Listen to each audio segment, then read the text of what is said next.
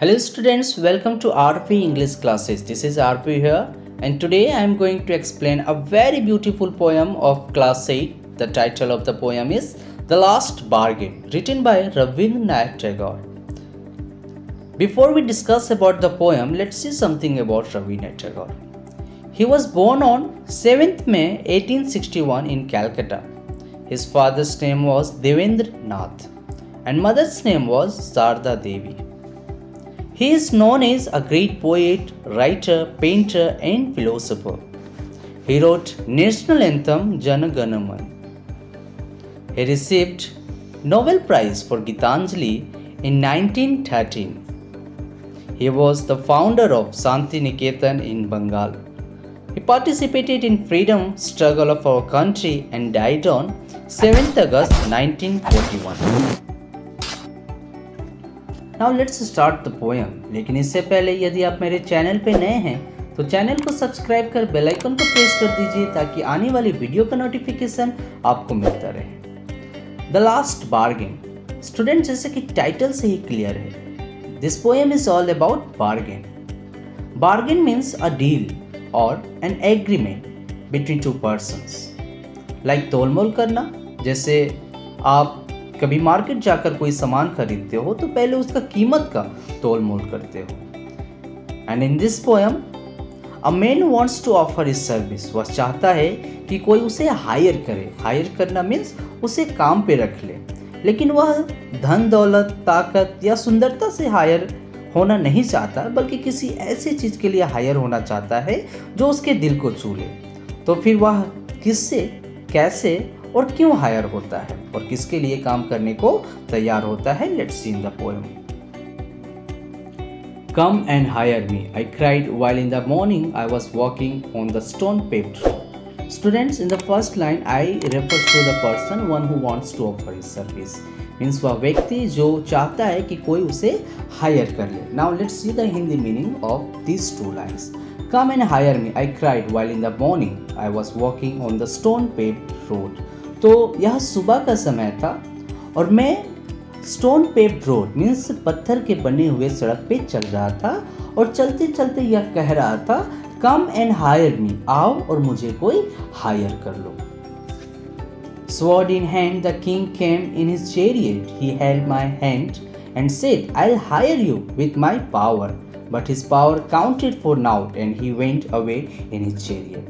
तो जब वह उस स्टोन पेव्ड रोड पे चलते हुए कह रहा था, कम एंड हायर मी, आओ और मुझे हायर कर लो, उसी समय एक राजा अपने चेरियट मीन्स रथ में आता है।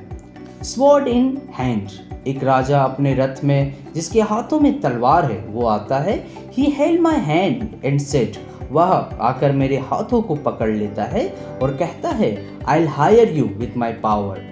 And the king said to the man that I'll hire you with my power. मैं तुम्हें अपने पावर से, अपनी शक्ति से हायर करूंगा।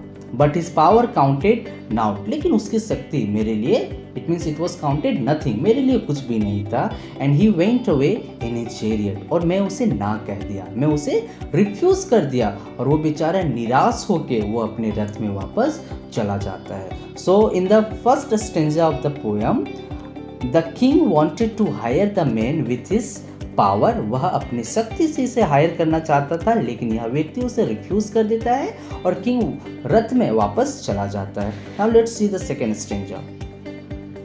In the heat of the midday, the houses stood with shut doors.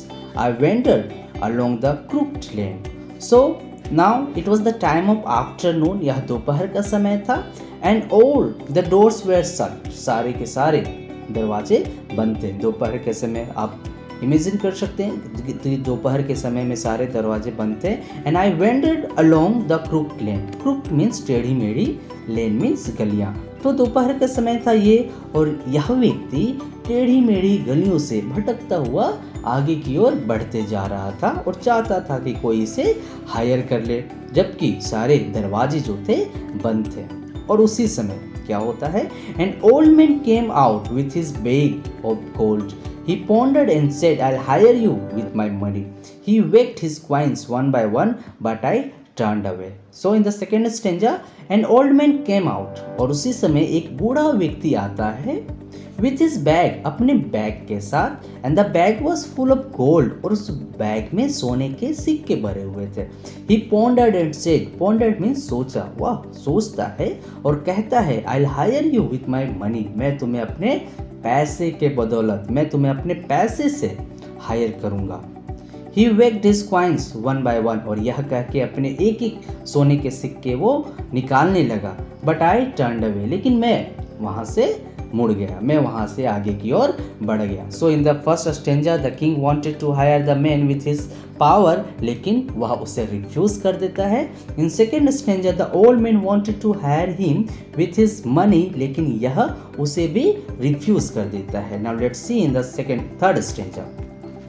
It was evening, तो यह सफ़र जो सुबह में स्टार्ट हुई थी, दोपहर भी खत्म हो चुकी थी और अब शाम का समय था. It was evening, the garden hedge was all aflower, तो शाम का समय था. The garden hedge means students fence, जैसे आप देखे होंगे फूलों का ही एक दीवार का समान बन जाता है, एक गार्डन था. The fair maid came out and said, और उसी गार्डन से एक फेयर मेड, ये फेयर मेड हो सकता है कि वह बगीचा का देखभाल करने वाली हो. A fair made means a very beautiful made, a very beautiful lady, ठीक है. A fair made came out and said, उसी समय शाम का समय था, गार्डन उस बगीचे से एक बहुत ही खूबसूरत सी लेडी निकल कर आती है और कहती है, I hire you with smile, मैं तुम्हें अपने स्माइल से मीन्स सुंदरता, खूबसूरती से हायर करूंगी.